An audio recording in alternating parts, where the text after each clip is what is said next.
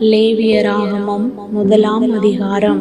கர்த்தர் ஆசரிப்பு கூடாரத்திலிருந்து மோசேயை கூப்பிட்டு அவனை நோக்கி, நீ இஸ்ரவேல் புத்திரரிடத்தில் சொல்ல வேண்டியது என்னவென்றால், உங்களில் ஒருவன் கர்த்தருக்கு பலி செலுத்த வந்தால், மாட்டு மந்தையிலாவது ஆட்டு மந்தையிலாவது ஒரு மிருகத்தை தெரிந்தெடுத்து பலி செலுத்த வேண்டும்.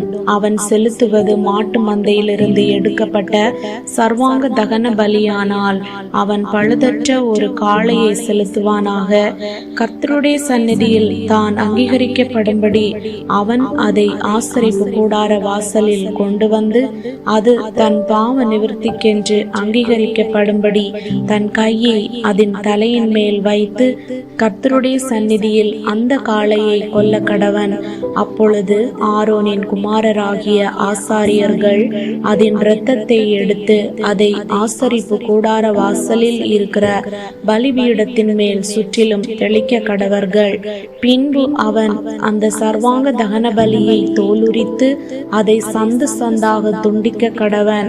அப்பொழுது ஆசாரியனாகிய ஆரோனின் குமாரர் பலிபீடத்தின் மேல் அக்கினியை போட்டு அக்கினியின் மேல் கட்டைகளை அடுக்கி அவன் குமாரராகிய ஆசாரியர்கள் துண்டங்களையும் தலையையும் கொழுப்பையும் பலிபீடத்திலுள்ள அக்கினியில் இருக்கிற கட்டைகளின் மேல் அடுக்கி வைக்க கடவர்கள்.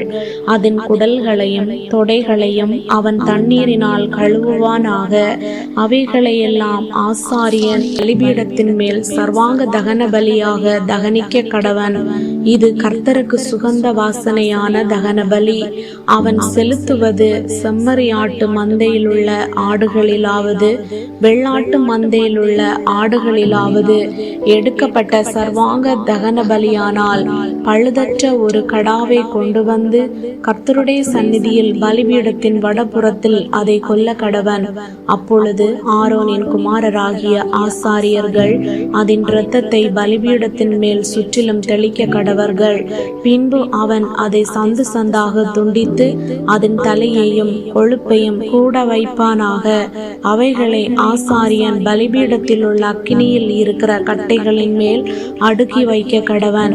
குடல்களையும் தொடைகளையும் அவன் தண்ணீரினால் கழுவுவானாக. அவைகளையெல்லாம் ஆசாரியன் கொண்டு வந்து பலிபீடத்தின் மேல் தகனிக்க கடவன். இது சர்வாங்க தகன பலி. இது கர்த்தருக்கு சுகந்த வாசனையான தகன பலி. அவன் கர்த்தருக்கு செலுத்துவது பறவைகளிலிருந்து எடுக்கப்பட்ட சர்வாங்க தகன பலியானால் காட்டு புறாக்களிலாவது புறா குஞ்சுகளிலாவது எடுத்து செலுத்த கடவன்.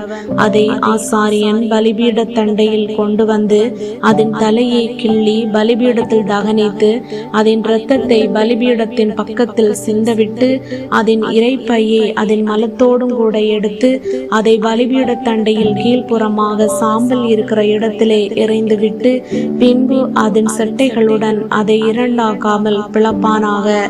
பின்பு ஆசாரியன் அதை பலிபீடத்தில் உள்ள அக்கினியில் இருக்கிற கட்டைகளின் மேல் தகனிக்க கடவன். இது சர்வாங்க தகன பலி. இது கர்த்தருக்கு சுகந்த வாசனையான தகன பலி.